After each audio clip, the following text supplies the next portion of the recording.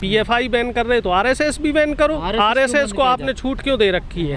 RSS जो है देश का पहला, आजाद देश का पहला आतंकवादी नाथूराम गोडसे किस संस्था से था? आरएसएस से था ना। साध्वी प्रज्ञा जो अभी संसद में बैठी हुई है किस संगठन से थी? आरएसएस से थी।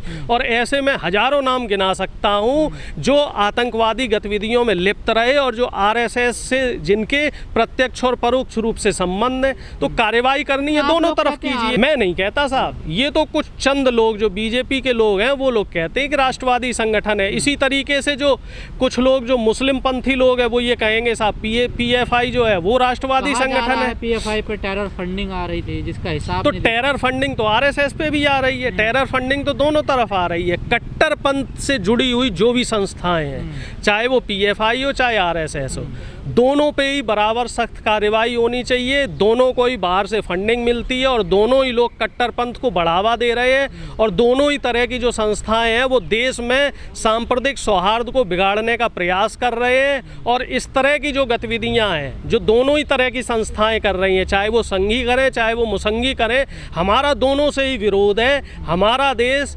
अनेकता में एकता वाला देश है। हमारे देश में हर जाति हर धर्म का आदमी सदियों से रह रहा है, तब तो दिक्कत हुई नहीं। जब से ये बीजेपी सत्ता में आ गई तब से ये दिक्कत होने लग गई। 22,000 करोड़ रुपए का एक एबीजी नाम की कंपनी है गुजरात की, वो मोदी जी के व्यापारी मित्र हैं जिनका नाम है ऋषि अग्रवाल। उन्होंने 22,000 करोड़ रुपए का फ्रॉड किया और वो वहाँ से चंपत हो गए हैं। तो एक मुद्दा ये भी था। तो इन दोनों मुद्दों को दबाने के लिए इन्होंने पीएफआई वाला काम किया है।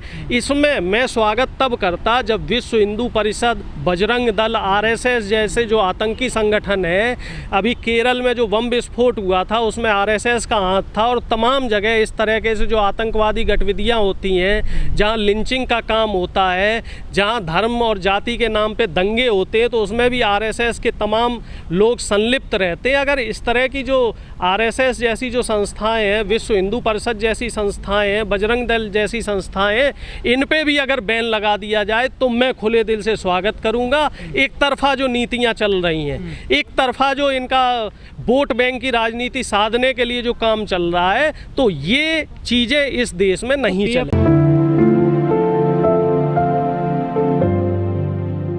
जो भी देश के खिलाफ गतिविधियां करे, चाहे वो किसी जाति की संगठन हो चाहे वो किसी धर्म का संगठन हो, तो उसके ऊपर प्रतिबंध लगाना बिल्कुल न्याय संगत है। मैं इसका खुले दिल से स्वागत करता हूं। लेकिन इसमें एक और बात है कि आप धर्म देख के तो आपने पीएफआई को बैन कर दिया, चलो साहब अच्छी बात है, आतंकवादी गतिविधियां कर रहे हैं, तो क्या वो आतंकवादी गतिविधियां 8 साल बाद दिखाई दी आपको? पहला प्रश्न तो ये आ रहा है 2014 से 2021 तक आप कहाँ सोए हुए थे? तो 7 साल लग गए एजेंसियों को जांच करने में। ठीक है, जब आपको चुनाव के समय कोई मुद्दा बनाना होता है तब तो जांच प्रक्रिया नहीं होती और आनन फानन में काम कर दिया जाता है, कहीं बुलडोजर चढ़ा दिया जाता है, कहीं एनकाउंटर कर दिए जाते हैं। यहाँ दरअसल मुद्दा ऐसा था, जो पीएफआई का हेडक्वार्टर है केरल में, मेरी जानकारी के हिसाब से, और केरल में ही एक भारत जोड़ो यात्रा चल रही है जिसका नेतृत्व कांग्रेस पार्टी के तमाम लीडर और इसके अलावा तमाम जो सिविल सोसाइटी के लोग हैं वो लोग कर रहे हैं। तो मुद्दे से भटकाने के लिए इस काम को किया गया। कहा जा रहा पीएफआई सिमी के रास्ते चल रही थी। देखो, अगर चल रही है तो उस पर बैन लगाओ ना, रोका किसने है? लेकिन ये 8 साल बाद क्यों? क्योंकि भारत जोड़ो यात्रा चल रही है। ये फिर आरएसएस के साथ भी करो ना। आप इसको चुनावी प्रोपेगेंडा क्यों बना रहे हो? आप विश्व हिंदू परिषद के लोगों पे कार्रवाई क्यों नहीं कर रहे हो? आप जो तमाम हिंदुत्व के नाम पे जो दंगे भड़काने का काम करते हैं, कपिल मिश्रा जैसे लोग, अनुराग ठाकुर जैसे लोग, मैं कहाँ बना रहा हूँ? ये मुद्दा तो बीजेपी बना रही है, क्योंकि गुजरात में और हिमाचल में चुनाव है। ये पोलराइजेशन करना चाह रही है, वोटों का पोलराइजेशन करना चाह रही है। आपने भी देखा होगा उत्तर प्रदेश सहित जब 5 राज्यों के चुनाव आए तो इन्होंने हिजाब का मुद्दा लगा दिया। जब चुनाव आता है, मैं पहले भी बोल चुका हूँ, तब ये धर्म की तरफ जाते हैं, तब ये हिंदू मुस्लिम करने का प्रयास करते हैं। अभी देखना ज्ञानवापी जैसी जो और मस्जिदों का जो जिन्न है वो फिर निकल के आएगा।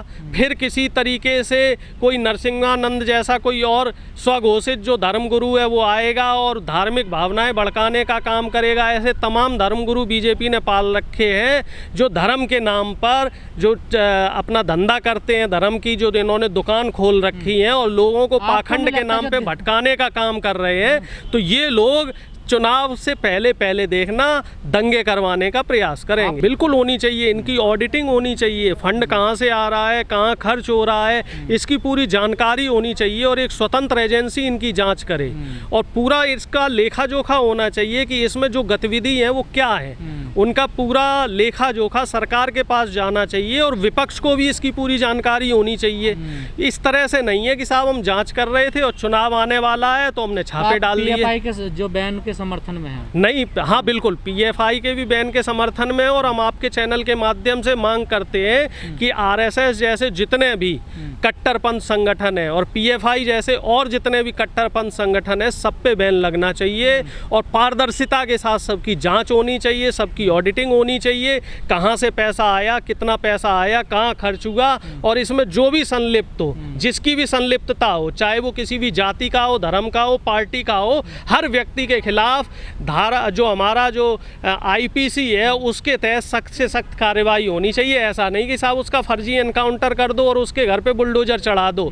जिस तरीके से भारतीय जनता पार्टी कर रही है कि कहीं कोई अपराधी पकड़ जाता है और उसके BJP से कहीं प्रत्यक्ष या परोक्ष रूप से तार जुड़े होते हैं तो मामले को रफा दफा करने के लिए उसके घर पे बुलडोजर चढ़ा दिया जाता है। इतना खतरनाक संगठन है तो फिर उसे 5 साल के लिए क्यों बैन किया गया? उसको बिल्कुल बैन कर दो ना और जो लोग हैं उनके ऊपर सख्त कार्रवाई करो। 5 साल के लिए क्यों किया गया? मिली भगत है साहब, 5 साल के लिए बैन नहीं किया। चुनाव आने वाला है तो इस वजह से एक चुनावी स्टंट किया जा रहा है कि हम सब पोलराइजेशन करेंगे और इसमें जो इस तरीके की कट्टरपंथ पार्टियां हैं ये सब मिली हुई हैं। चचा जान भी इसमें मिले हुए हैं और चचा जान जैसे और जो कट्टरपंथ वाली पार्टियां वो भी मिली हुई हैं कि इसके नाम पे पोलराइजेशन होगा, हिंदुओं का वोट अलग जाए और मुस्लिमों का वोट अलग जाए, संविधान की बात ना हो। ओवैसी साहब सर्वविदित है, उत्तर प्रदेश में ओवैसी साहब उन सीटों पे चुनाव लड़े हैं जहां पे उन्होंने निश्चित रूप से कांग्रेस, सपा, बसपा जैसी पार्टियों को नुकसान पहुंचाया है। इन्होंने सीधे तौर पे बीजेपी को फ़ायदा पहुंचाने का प्रयास किया है। बिहार में भी इन्होंने यही काम किया था और बंगाल में भी इसी काम को करने की कोशिश की थी। हालांकि बंगाल का जो वोटर था वो कंपैरेटिवली समझदार था, पढ़ा लिखा था, तो बंगाल में इनकी साजिश काम नहीं कर पाई। लेकिन बिहार और उत्तर प्रदेश में ओवैसी साहब ने निश्चित तौर पर भारतीय जनता पार्टी की B टीम के रूप में काम किया और यहाँ की जनता के साथ धोखाधड़ी हुई। लेकिन डॉक्टर साहब, ये जो पॉपुलर फ्रंट ऑफ इंडिया है PFI, ये मुस्लिमों का संगठन बताया जाता है, लेकिन इसका जो नाम है कोई इसमें मुस्लिम कोई वर्ड नहीं है और 5 साल के लिए इसको बैन करती है मोदी सरकार। इसके भविष्य में क्या देखते हैं आप? क्या ये सरकार को सपोर्ट कर सकता है? चुनाव खत्म होने दो, सपोर्ट ही सपोर्ट है। जैसे चचा जान को फंडिंग होती है ऐसे ही PFI को फंडिंग होगी। ये सब मिले हुए हैं। जैसे वो पहले एक सीरियल आता था ना शक्तिमान, तो बाद में पता चला था दर्शकों को कि गंगाधरी साहब शक्तिमान है, तो उसी तरीके से चाहे PFI हो, सिमी हो, चाहे RSS हो, बजरंग दल हो, इस तरह के जितने भी कट्टरपंथ संगठन है, जितनी भी कट्टरपंथ से जुड़ी हुई राजनीतिक पार्टियां हैं, इन सब के तार इस समय BJP से, चाहे वो आप कह लो प्रत्यक्ष रूप से, अप्रत्यक्ष रूप से, डायरेक्टली, चाहे कान सीधा पकड़ लो, चाहे घुमा के पकड़ लो, सब मिले हुए हैं और जनता को ये गोलमोल करके घुमाने का, बरगलाने का, भ्रमित करने का और जनता को मुद्दों से भटकाने का प्रयास कर रहे हैं।